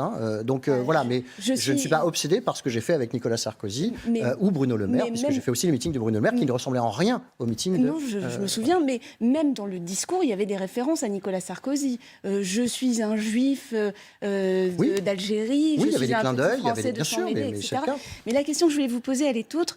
Il va y avoir d'autres meetings dans la campagne d'Éric Zemmour. Ça, c'est sûr. Ça s'est très mal passé à Villepinte. Non, ça s'est très bien passé, à part 10 minutes de 40 dingues qui ont foutu le bordel. Mais Voilà. n'empêche qu'on parle de ça depuis 4 jours et qu'il y a une vraie, vous parlez de ça. il y a une vraie question. Vous parlez de ça. Il y a une vraie. Éric Zemmour aussi en parle puisqu'il fait passer à la presse l'information sur laquelle il a été blessé pendant le Ça a meeting été et qu'il le a eu 9 jours d'ITT juste après le meeting. Donc cette question de la violence, elle est portée aussi par le Oui, candidat. c'est pas lui qui provoque la violence. Donc la question, C'était pas prévu dans le programme. la question, j'imagine bien, mais la question est de savoir comment la suite va se passer. Parce qu'il y a une grosse interrogation depuis longtemps sur cette campagne. On a vécu un quinquennat très heurté, avec, on le sait, une libération de la violence Il y a qui de la était sur les violence dans réseaux le pays. sociaux et qui s'est déplacée sur le terrain politique, dans le terrain politique. Comment vous faites pour que vos meetings se passent correctement? Quelles mesures vous allez prendre? Et est-ce que vous avez déjà d'ailleurs des meetings de prévus? Bien sûr, bien sûr. Alors, on travaille évidemment sur ça. On se retrouve... Éric Zemmour est un des hommes, et j'en parlais avec sa sécurité du ministère, c'est un des hommes les plus menacés de France aujourd'hui. D'accord? Première chose. Donc, c'est un sujet pour nous. Il faut en même temps, et moi, mon travail, c'est en même temps l'exposer, et eux, leur travail, c'est de le protéger. Moi, je dois l'exposer parce que ça fait partie du job de faire en sorte qu'ils puissent parler en toute sécurité. Si dans ces meetings, effectivement, il y a d'un côté les antifas qui viennent provoquer, c'est provocateur, c'est fait pour ça, qui balancent d'ailleurs la première chaise. De l'autre côté, les zouaves, là, qui sont venus faire le coup de poing, vous avez ça en fond de salle pendant 2 minutes, on les a expulsés. Groupuscule d'extrême droite, pour les gens qui Ah, mais connaissent non, pas, mais voilà. c'est effectivement un Groupuscule groupuscule d'extrême d'extrême droite droite pour la castagne. qui sont venus pour la castagne. Donc, si vous voulez. ils n'ont rien à faire chez vous, vous le dites clairement, les zouaves n'ont rien à faire chez nous. Mais vous croyez qu'on est content de ce qui s'est passé? Vous croyez qu'on se dit chouette, venez castagner pendant Mais le ça, meeting? Éric Zemmour a pu le dire. Enfin, je ne veux pas. je vous le dis, enfin, il a déjà dit. Il a dit, Je ne veux pas qu'il revienne dans les meetings. Mais il gagnerait une rupture très claire avec tous ces Mais groupes, attendez, parce mais qu'après, enfin, ils sont utilisés vous leur aussi dites qu'on contre leur lui. passe des coups. Vous croyez qu'on leur passe des Non, coups mais de il fil a pour quand leur même dire dit, bon, je ne veux pas calmer les ardeurs de mes supporters. Non mais plutôt d'accord, que de enfin, dire, entre je calmer veux les plus ardeurs que du personne supporter vienne et à mes puis meetings. encourager les castagnes dans les meetings, voilà, donc ça c'est des choses qu'on a traitées, on a des images, on a tout identifié, les footeurs de bazar seront dégagés, et si les antifas continuent à venir provoquer, oui évidemment il y a vraiment de la radicalité autour d'Éric Zemmour. Contre lui, clairement. Donc oui, c'est un sujet de réflexion de comment on gère ça, comment voilà, mais la violence pour moi est absolument intolérable, que ce soit dans ces meetings ou ailleurs. On ne fera pas la campagne présidentielle de cette façon-là. Question. Voilà, donc, Question. On a parlé, ou plutôt reparlé aujourd'hui, d'une rencontre, d'un duel, d'un débat entre Éric Zemmour et Marine Le Pen au mois de février, peut-être. Oui, j'ai vu ça. Vous confirmez? Mais Éric Zemmour a toujours dit « je débat avec tous ceux qui le souhaitent ». Il avait souhaité avec Jean-Luc Mélenchon depuis longtemps, et ça s'est fait. À la limite, c'est aux médias d'organiser ça. Et lui, il acceptera, quand on lui a dit qu'il débattait avec Bruno Le Maire, il était ravi, il acceptera de débattre avec Donc vous confirmez qu'il y aura bien un débat entre Marine Le Pen et Éric Zemmour? Vous confirmez? Je confirme qu'il n'a pas de problème à débattre avec qui que ce soit. Mais la précision, non, mais la nouveauté, juste pour que nos téléspectateurs comprennent, c'est que la nouveauté, c'est qu'Éric Zemmour a toujours été d'accord pour débattre avec énormément, d'ailleurs il a débattu avec énormément de personnalités politiques. La nouveauté, c'est que jusque-là, Marine Le Pen était opposée à un débat avec Éric Zemmour. Et là, l'entourage de Marine Le Pen fait savoir qu'elle ne serait pas désormais opposée à un débat avec lui. Donc ça ouvre effectivement une rencontre. Est-ce que c'est dans des médias? Est-ce que c'est sous la forme d'un débat dans une salle, comme ça a eu lieu il y a 2 ans entre Bruno Le Maire et Éric Zemmour? C'était pas à la télévision, c'était au Cirque d'Hiver. Là, la question est posée, on verra ce qu'il en est. Mais la nouveauté, c'est ça, c'est que Marine Le Pen n'y s'y aurait plus opposée. Mais de toute façon, je crois qu'elle n'a pas le choix. Il faut se soumettre au débat, il faut faire des duels comme ça, ici et là. Il y a d'autres candidats à l'élection présidentielle. On attend d'ailleurs qu'Emmanuel Macron se débatte aussi, il n'y a pas de problème. Voilà, donc je dis que Enfin, moi, j'ai toujours compris avec Éric Zemmour, depuis que je travaille avec lui, depuis 3 mois maintenant, qu'il n'avait aucun problème à débattre avec qui que ce soit. Il y aura de nouveau des grandes salles, par exemple dans les capitales régionales, Orléans, Nantes, des Zéniths ou des choses de cette nature-là. Je suis en train de travailler d'ailleurs en ce moment même sur le programme à venir. On a quand même un sacré paquet de dates à faire entre janvier, février, mars, avril. Moi, je fais le tour des Zéniths de France là en ce moment, des salles, des parcs, des foires expo. Il y aura des petites opérations, des opérations plus grandes, pour terminer sur une très grande opération. Voilà, c'est le rôle classique. Et puis, moi, j'aime bien l'idée que ça fait partie de l'exercice démocratique. Vraiment.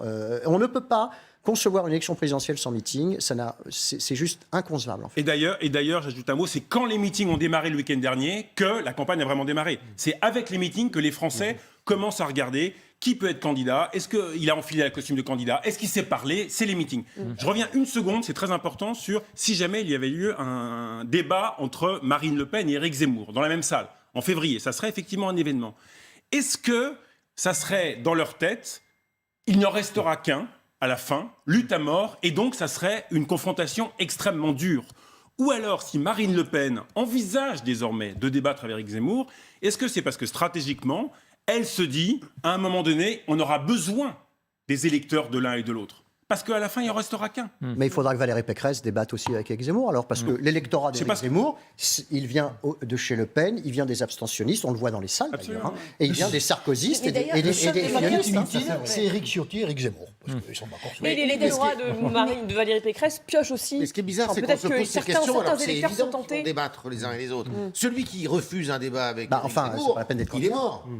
Ça veut dire qu'il refuse le débat. Il est terminé, le temps où Jacques Chirac disait « je ne veux pas débattre avec Jean-Marie Le Pen ». Moi, ce qui me fascine dans cette histoire, quand on parle de Zemmour, c'est que on ne parle que de symboles et on ne parle jamais de ce qu'il raconte, de ce qu'il dit, de ce qu'il veut faire comme politique. Les Français écoutent. Et ça, c'est terrible parce que il est attaquable.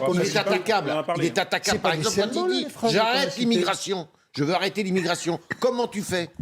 Mais tous ces sujets-là, à aucun moment, je n'ai vu un journaliste qui essaye de le prendre au mot sur la politique qu'il développe. Non, je suis désolé. Mais la preuve, à chaque fois, c'est Pétain, c'est d'accord. Mais jamais. Mais non, Jean-Michel, soyez honnête quand même. Comment vous faites? Vous voulez immigration zéro? Comment vous faites? Vous renvoyez les étrangers qui sont victimes d'une double, enfin qui sont auteurs d'une double peine. Comment vous faites? Mais Marine Le Pen, c'est pareil. Mais tout le temps, ils disent les mêmes choses. Bien sûr qu'ils sont confrontés à des questions sur la faisabilité. C'est pas vrai. C'est la même manière. Il n'y a pas la même ancienneté que Marine Le Pen. Une phrase. Renaud Pilat, vous parlez beaucoup ce soir. Non, c'est une phrase pour vous. J'ai vu le débat Le Maire-Zemmour. Là où Yves Tréhard a raison, c'est que les angles d'attaque ce soir de Bruno Le Maire l'ont ramené à ces phrases de polémique et il n'a pas cherché à dire s'il est solutions. C'est dramatique. Et c'est somme nulle. C'est Absolument. C'est dramatique pour le niveau du débat.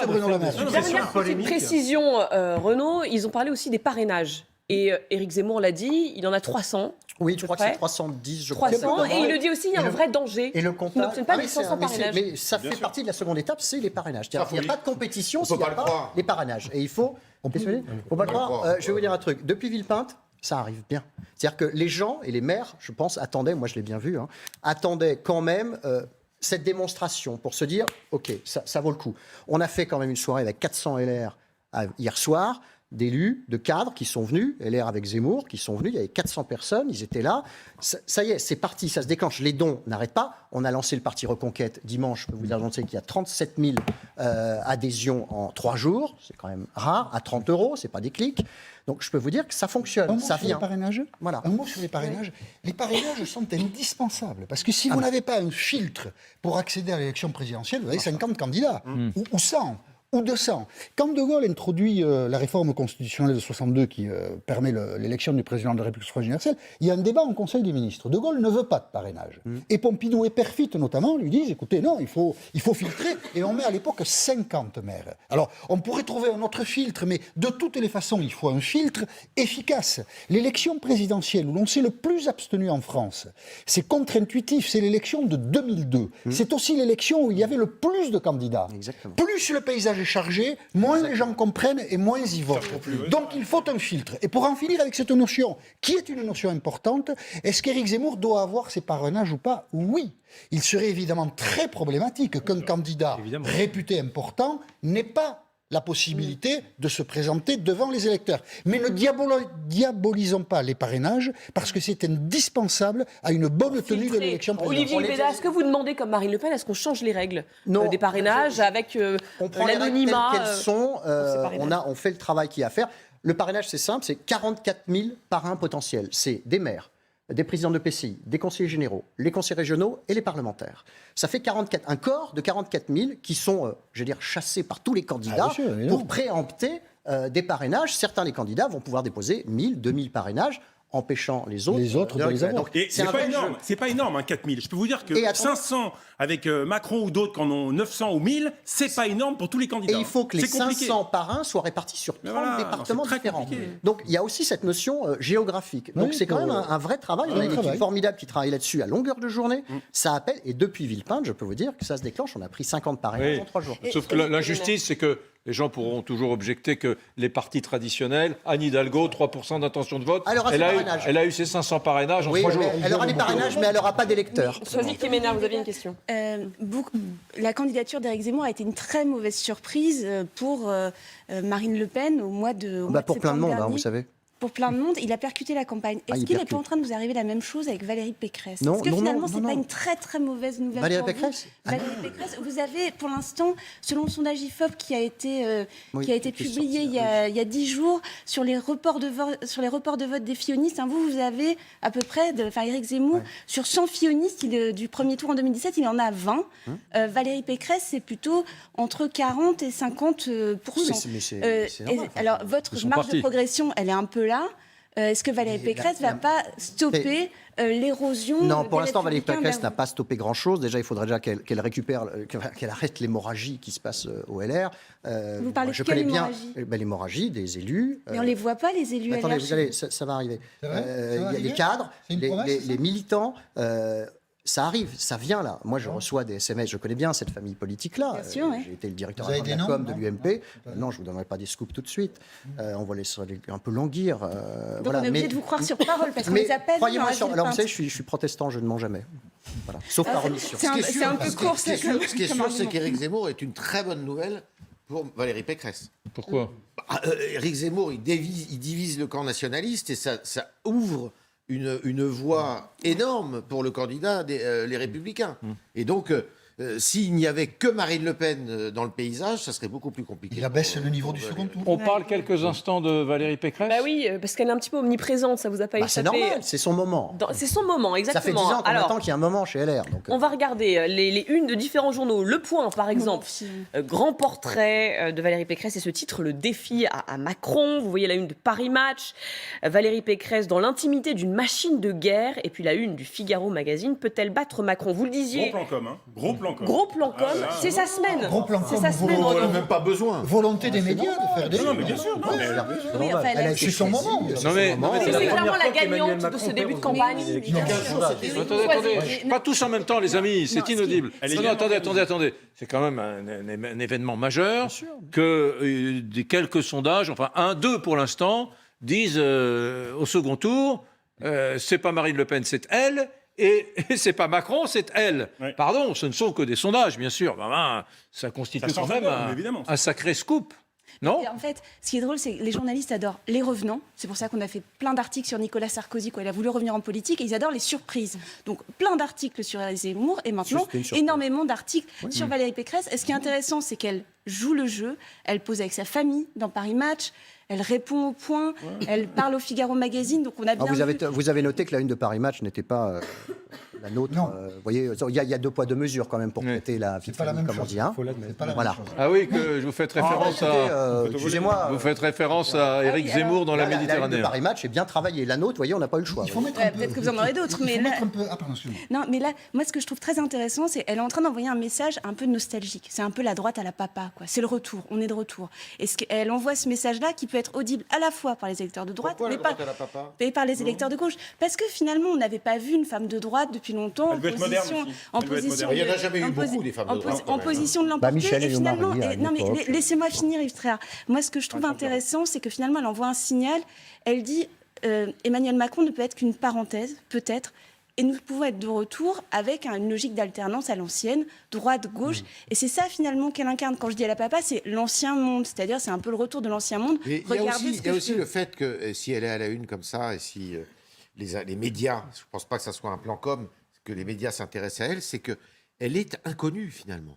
Très peu de gens la connaissent, Valérie Pécresse. C'est quelqu'un qui est assez lisse dans l'univers médiatique. C'est pas...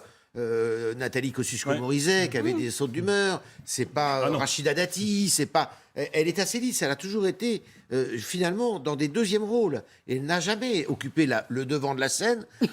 Elle est assez curieuse, elle ne s'est jamais fâchée, elle ne s'est jamais rebellée contre ses chefs. Et donc c'est pour ça que aujourd'hui, on se dit mais c'est qui cette femme ? C'est qui ?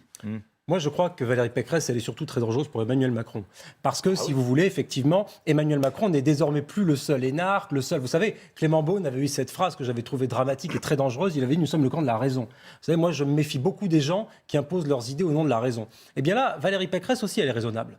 Valérie Pécresse, elle a une équipe. Valérie Pécresse, c'est une machine de guerre. Elle a derrière elle des hauts fonctionnaires. Elle a M. Stefanini qui a écrit des travaux assez remarquables et remarqués sur l'immigration. Elle a un programme, elle a une équipe. On a vu au cours de la primaire LR qu'il y avait tout de même des ministres potentiels, qui avaient des équipes, qui avaient des élus, qui avaient un maillage territorial. Tout ce qui manque actuellement à la fois à Emmanuel Macron, qui n'a pas réussi pendant ces 5 ans à consolider un maillage territorial et qui n'a pas non plus été réussi par Éric Zemmour. Mais ça, c'est pas de sa faute. Il vient juste de se déclarer.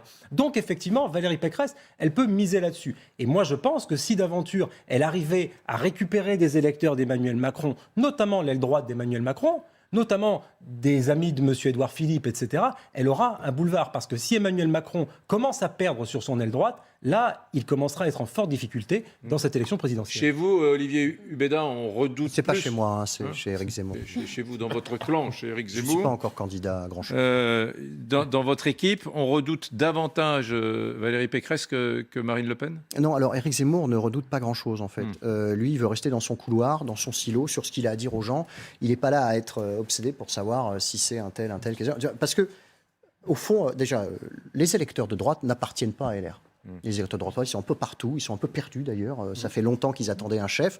Éric Zemmour est en train de devenir quelque chose. Il est en train de créer un grand parti conservateur, populaire, qui est plutôt central à droite maintenant, dans cette droite populaire qui attendait quelque chose de fort. C'est ce qu'on a voulu faire à Villepin, montrer que quelque chose de populaire sur l'idée du conservatisme, mais ouvert aux familles libérales. Alors, il y a une famille libérale qui est chez Zemmour, il y a des familles plus patriotes. Donc, il ramasse un peu... Il était en train de recréer les Républicains, alors. Non, mais l'UMP était quelque chose de très rassembleur. Quand la marque UMP est partie, c'est une grande erreur, je pense, de Nicolas Sarkozy, pour lequel j'ai travaillé et j'ai adoré travailler pour lui. Le fait de créer LR a cornérisé un peu cette droite-là. Une partie est partie du... Qu'est-ce que fait Édouard Philippe et Emmanuel Macron ? Ils recréent l'UDF. Eh bien, Zemmour va créer le RPR. Au milieu, il y a quoi ? Pas grand-chose. Et la différence, c'est qu'effectivement, là où Éric Zemmour stratégiquement a raison, c'est de parler du RPR. Culte du chef, un programme, une autorité et un récit. Pourquoi Éric Zemmour grimpe depuis des mois ? La nostalgie. Non, mais attendez, c'est plus fort que ça. Il y a un proverbe en Espagne. Récit. Il y a un proverbe en Espagne que je ne pourrais pas vous traduire, mais que les vieux disent aujourd'hui. Même sous Franco, nos 20 ans étaient formidables. C'est-à-dire que la nostalgie, c'est un piège. Le RPR, on trouve ça formidable. Vous êtes certain que c'était formidable ? C'est plus profond. C'est pas la nostalgie. C'est les émotions. C'est l'émotionnel. J'ai été à Villepinte. Jean-Michel aussi. Oui, j'ai discuté avec beaucoup de gens qui étaient là. Et on peut détester ce que dit Éric Zemmour. Il y avait, dans leurs yeux, quelque chose d'un récit national, d'un projet, encore une fois, qu'on peut... Mais je parle juste de technique. Quand François Mitterrand en 81 et Macron en 2017, il y a un engouement. Les autres candidats... c'est précisément ce les autres candidats, pâles, tableau Excel, ils ne parlent pas au cœur des gens. C'est ce qui manque à Pécresse, parce que Pécresse n'a pas de signature. Je voudrais juste te dire un petit truc. C'est très important. Parce que là, en n'étant pas très attentif aux choses, au fond, qu'est-ce qu'on fait ? On recrée le RPR, on recrée l'UDF, et bon, puis il y a une extrême droite quand même. Il y a Marine Le Pen, donc chacun est à sa place. Et puis, vous le dites par ailleurs, ce qui est du coup un peu contradictoire, c'est qu'Éric Zemmour, il s'en moque, lui, avec qui il est dans son couloir. Absolument. Avec son idéologie. Éric Zemmour, alors j'ai parlé de son rapport aux musulmans, je n'ai pas évoqué, j'aurais pu le faire, les condamnations judiciaires. Éric Zemmour porte une vision du monde où la misogynie est très importante, où l'homophobie est très importante. C'est dans ses écrits, c'est dans sa vision du monde, c'est la manière dont il voit la société. Et donc ça, je suis désolé, ça n'est pas le retour du RPR. Ça, c'est Éric Zemmour est un candidat, dans son discours, on disait. est un candidat très singulier, peu unique. Ça n'est pas la nostalgie, c'est une vision du monde en 2021 qui pose des problèmes. Il y a eu au Sénat une proposition de loi qui a été votée. Les thérapies de conversion n'existeront plus en France. C'est-à-dire que si vous êtes homosexuel, vous pouvez être soumis à des thérapies de conversion, c'est-à-dire l'homosexualité est une maladie et c'est pas très bien. Donc, une proposition de loi élimine les thérapies de conversion en France. Il y a 28 sénateurs. Tous LR. Tous LR, qui ont voté contre ce projet de loi, dont Bruno Retailleau. Ce sont des visions du monde problématiques. Problème pour Pécresse, Jean-Michel. Problème pour Pécresse. Alors là, que de considérer aujourd'hui, 2021, parce que c'est pas la nostalgie, ça, hein, l'homosexualité est une maladie, est une défiance. C'est un problème dans la société. Éric Zemmour est porteur de tout ça, et banaliser Éric Zemmour me paraît être, non pas... Non, il n'est pas porteur de ça. D'ailleurs, il s'est expliqué pendant le discours, il a dit racisme, misogynie, il a dit les choses. L'homophobie Vous avez lu des propos d'Éric Zemmour? Éric Zemmour a écrit que l'homophobie était un dérèglement lié au triomphe des valeurs féminines dans la société. Il l'a écrit. Moi, je veux bien qu'on ne confronte plus jamais Éric Zemmour à ce qu'il a dit, que ce soit terminé. Mais si quelqu'un le confronte, je serais assez passionné pour entendre ce qu'il a à dire aujourd'hui. Parce qu'il veut être chef de l'État, et il sera aussi le chef de l'État d'homosexuel en France. Mais qui le banalise? Olivier. Moi, je ne comprends pas ça. Ouais. Qui banalise le fait quand vous dites que c'est la création du RPR. Mais absolument. Que c'est le retour du RPR. Mais c'est d'une certaine façon le retour du RPR. Demandez à Pasqua ce qu'il pensait de tout ça. Ah ben je sais pas, je me souviens pas et c'est pas bien, vous voyez. C'est pas bien. Et qui vous dit que c'est bien? Pasqua était homophobe, mais c'est pas bien. Qui vous dit que c'est bien? Il était homophobe, mais qui vous dit que c'est bien? Il était homophobe. Ce que je ne comprends pas, vous avez des livres, votre vision. Vous avez des livres où il était homophobe. Votre vision du monde entre le bien et le mal, il faut arrêter que la politique, ça soit ça. Parce que ça existe le bien et le mal. La politique. Le fait qu'il pense ça, eh ben vous votez pas pour lui. Ça existe le bien et le mal. Vous savez ça? Mais on a croisé dans notre histoire. La politique, c'est pas ça. La politique, c'est pas le bien, c'est pas ça. Ou alors, ceux qui s'opposaient à Hitler dans les années 30, c'était au nom de quoi qu'ils s'y opposaient? Attendez. Mais vous ne pouvez pas dire que la politique, c'est pas aussi la distinction du bien et du mal. On parle de Zemmour, voilà, et on arrive à Hitler. Excusez-moi. Non, on ne peut pas dire que dans l'histoire... C'est l'hitlérisation du débat. On ne peut pas dire que le bien et le mal, ça n'existe pas dans la politique. La société française a croisé le mal, donc on ne peut pas dire que ça n'existe pas. Voilà. Mais Olivier Hubeda. Mais qui définit? C'est vous qui c'est l'histoire qui le définit. Vous êtes dans la qui écrit l'histoire? Les vainqueurs? On peut partir très loin dans ce débat-là. Quand on écrit que l'homophobie est liée à la féminisation de la société... Ça, je ne suis pas d'accord du tout, moi. Ah ben voilà. Mais c'est pas mon combat. Donc nous sommes d'accord tous les deux. Mon idée... J'aimerais qu'on entende Olivier Hubeda. Je pense qu'Éric Zemmour se grandirait à rompre définitivement ses liens avec tous ceux qui seraient homophobes autour de lui, s'il y en a. Ça, c'est important. C'est la différence stratégique avec Marine Le Pen. Oui, voilà. Marine Le Pen a réussi ça très bien par rapport au FN de son père. Et c'est pour ça que dans la stratégie de campagne d'Éric Zemmour, il y a à la fois, de son point de vue, encore une fois, je regarde la stratégie politique, de son point de vue, il a des atouts par rapport à Marine Le Pen, mais il a aussi des handicaps. Là où Marine Le Pen dit « moi je ne suis pas brutale, moi je suis moins violente », et sur certains sujets, elle rassure une partie électorale, là où Éric Zemmour ne rassure pas. Et pour l'instant, ça se voit dans les sondages. Olivier Hubeda, une réponse? Non, moi je vois que Éric Zemmour n'est pas homophobe, n'est pas misogyne, n'est pas raciste. Il explique des choses sociologiquement. Et voilà, il ne va pas faire. Laissez-le parler, Jean-Michel, parce qu'il n'a rien dit. On ne va pas faire campagne là-dessus, de toute façon. Ce qu'il a écrit, s'il n'est pas homophobe. Posez-lui la question. Je ne suis pas son porte-parole. Moi, je vous explique ce que je vois depuis 3 mois. Voilà. Donc, et j'ai pas fait l'exégèse de ses bouquins depuis 15 ans. Bon, allez, il est 23h46, le grand moment de Renaud Pila et de nous tous, les indiscrets insomniaques, tout de suite. Et on continue à parler bien sûr de la campagne et de Valérie Pécresse. Avec Emmanuel Macron, il y a une course-poursuite qui se déroule, c'est ça? Vous nous racontez un peu les coulisses. Oui, parce qu'Emmanuel Macron doit se méfier, et les macronistes de Valérie Pécresse, parce que ce n'est pas François Fillon, Valérie Pécresse. Souvenez-vous, quand il a été désigné, François Fillon, il a été désigné candidat par la primaire, et il a disparu. Et il n'a pas bossé. Il est parti au ski. Il est parti au ski pendant c'était quasiment alerte enlèvement sur le candidat Fillon. Est-ce qu'il a passé des coups de fil autour d'eux? Est-ce qu'il a bien traité ses rivaux? Non. Est-ce qu'il répondait aux SMS des députés? Non. Il était recroquevillé sur sa petite équipe et il a oublié jusqu'en janvier de faire campagne. Je peux vous dire que le modèle de campagne de Valérie Pécresse depuis une semaine, c'est l'anti-Fillon. Pourtant, on dit elle a soutenu François Fillon, mais elle a vu toutes les erreurs. Eh bien, depuis une semaine, au QG de Valérie Pécresse, on scrute ce que fait Emmanuel Macron et on va sans arrêt sur son dos. Aujourd'hui, conférence de presse sur l'Europe d'Emmanuel Macron, tribune de Valérie Pécresse sur l'Europe. Yves, vous avez un truc? Bien joué. Petite nuance quand même. François Fillon était crédité de près de 30% des intentions de vote. oui, c'est sûr. Il faisait largement course en tête, donc il pensait que c'était fait. Oui, mais ce qui est Valérie Pécresse a un autre challenge, un autre défi. C'est qu'elle, elle est très loin derrière. On peut faire un point d'histoire. François Mitterrand est désigné par le Parti socialiste en janvier 1981 et il part 3 semaines en Chine. Et à l'époque, les socialistes appelaient déjà président. Mais il n'y avait pas les chaînes info. Mais en fait, président, vous n'allez pas faire campagne? Et Mitterrand dit, il sera bien assez tôt pour faire campagne. Mais alors, juste l'anti-Fillon, c'est assez exact dans la mesure où moi, je me souviens d'avoir suivi la campagne de François Fillon en 2012 pour la présidence, de LR. Et il se déplaçait avec Valérie Pécresse. Il disait... pas vraiment bonjour, pas vraiment au revoir. Moi, j'étais dans la voiture de Valérie Pécresse qui appelait en disant « Écoute, il n'a pas eu le temps de te dire au revoir, mais c'était pour te dire c'était formidable. » Et donc, elle faisait ce boulot de relations publiques que François Fillon ne faisait pas. Elle connaît ça par cœur.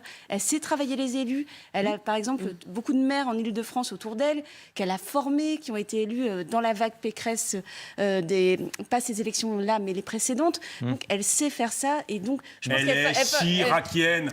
C'est une bébé Chirac. Elle force pas sa nature. Chirac, 1500 mains serrées par jour. Le prénom de tout le monde. C'est une bébé Sarkozy aussi. Oui. Nicolas Sarkozy, hypermnésique. Nicolas Sarkozy, il voit quelqu'un, comment tu t'appelles? 15 jours après, il le croise dans la rue, il se souvient de son prénom. Nicolas Sarkozy, hypermnésique des dates. Tout le monde reçoit un SMS pour un mariage, pour un anniversaire, pour une fête, des fleurs. C'est ça la politique. Essayez de faire Xavier Bertrand. C'est ça la politique. C'est ça. Et Valérie Pécresse, c'est un mélange de tout ça. C'est pour ça qu'Emmanuel Macron et Éric Zemmour et Marine Le Pen, ils doivent se méfier de la candidate Pécresse. Même si elle a des progrès à faire sur l'élocution, l'éloquence, tout ce qu'on veut, elle doit grimper une marche, mais elle a démarré correctement. Elle a fait un joli coup aujourd'hui, c'est-à-dire qu'elle a dit si jamais je bats au second tour Emmanuel Macron, il faut que je prépare mon projet pour l'Europe, puisque c'est moi qui deviendrai la présidente de l'Union européenne pour terminer les 6 mois de la France. Et donc, elle a monté un shadow cabinet, et elle l'a dit, elle l'a fait savoir. Je me souviens plus. Comment s'appelle le poisson, là, le poisson qui est toujours sur les... Piranha. Non, il se colle, il se colle aux bon bref. Le poisson plus bon bref. Les toiles de mer, je sais pas comment vous parlez, le poisson qui se colle. Des poissons qui se collent à des poissons plus grands et qui sont sans arrêt collés à regarder. Bon, le poisson. Bon. Mais si, on regardera. Mais on regarde en régie, c'est hyper connu. Bon, en tout cas, Valérie Pécresse, elle tente aussi les électeurs de gauche, c'est ce que vous nous dites. Pardon ? Elle tente aussi les électeurs de gauche, c'est ça que vous nous dites ? Alors, franchement. Plus la gauche s'enfonce, et franchement, la dernière séquence, là, on touche un peu le pétrole, plus des électeurs de gauche, en coulisses, ils se disent, et même des élus socialistes, la seule façon qu'on renaisse, nous la gauche, et le PS et autres, c'est que le clivage droite et gauche revienne. Le pire pour nous, c'est qu'Emmanuel Macron soit réélu, parce que le macronisme, en même temps, ils n'existent pas avec Emmanuel Macron. Donc, il y a des élus de gauche, je peux vous le dire, ils le disaient en privé. Nous, si jamais on est perdu et que c'est chaud, on va voter Valérie Pécresse. On va voter pour la droite. Au premier tour. Mais bien sûr. Souvenez-vous les de Macron aussi. Pardon ? Il y a la détestation de Macron. Voilà, tout y est. Les Chiraciens, ils ont voté quoi en 81 ? Au deuxième tour. Au premier tour. Ah non, au deuxième tour. Certains. Mitterrand. Non, au deuxième tour. Au deuxième tour. Les fédérations au deuxième tour, il y a des électeurs de fédération RPR. Et les électeurs de gauche qui seront déterminants dans l'élection de Valérie Pécresse, à mon avis. Non. Je veux pas tuer le suspense parce que je suis d'accord avec vous pour les élus. Enfin, est-ce que les militants vont aller déferler dans les bureaux de vote? Non, mais pas les militants. Je ne parle pas des militants, je parle des électeurs. Vous en connaissez très bien, qui disent, moi, entre Macron et Pécresse, la détestation de Macron depuis 2017, vous croyez qu'à Montebourg, il voterait pas Pécresse ? Si, c'est possible. son moteur, c'est la haine de Macron. Bon. Le poisson, c'était une rémora. Ils ont cherché. Mais voilà, la rémora qui se colle Voilà, et on qui aura ne appris lâche au moins une plus, chose. évidemment. Rémora. Évidemment. Bon, merci beaucoup, c'était passionnant. Quelque peu. Vous regrettez pas d'être venu, Olivier Moi, je Hubeda? regrette jamais grand-chose. Bon, ouais. Non, mais j'ai trouvé Jean-Michel Sinon, j'aurais changé Apathy de métier depuis longtemps. un peu dur avec vous. Alors je ne voudrais pas que vous soyez attristé par ce voyage. Moi, j'écoute Jean-Michel depuis que je suis tout petit. Très bien. Merci de votre fidélité, mesdames, messieurs. Dans un instant, c'est le JT Politique Insomniaque à minuit Je sais pile. pas si c'est un compliment. On nous l'envie. Oui, j'ai vu. Vous êtes un peu dissipé. Ouais, bon, bref, vous le savez, la nuit, LCI a les moyens de vous faire veiller. Restez sur notre antenne. Merci à toutes et à tous. C'était une super soirée. Merci beaucoup.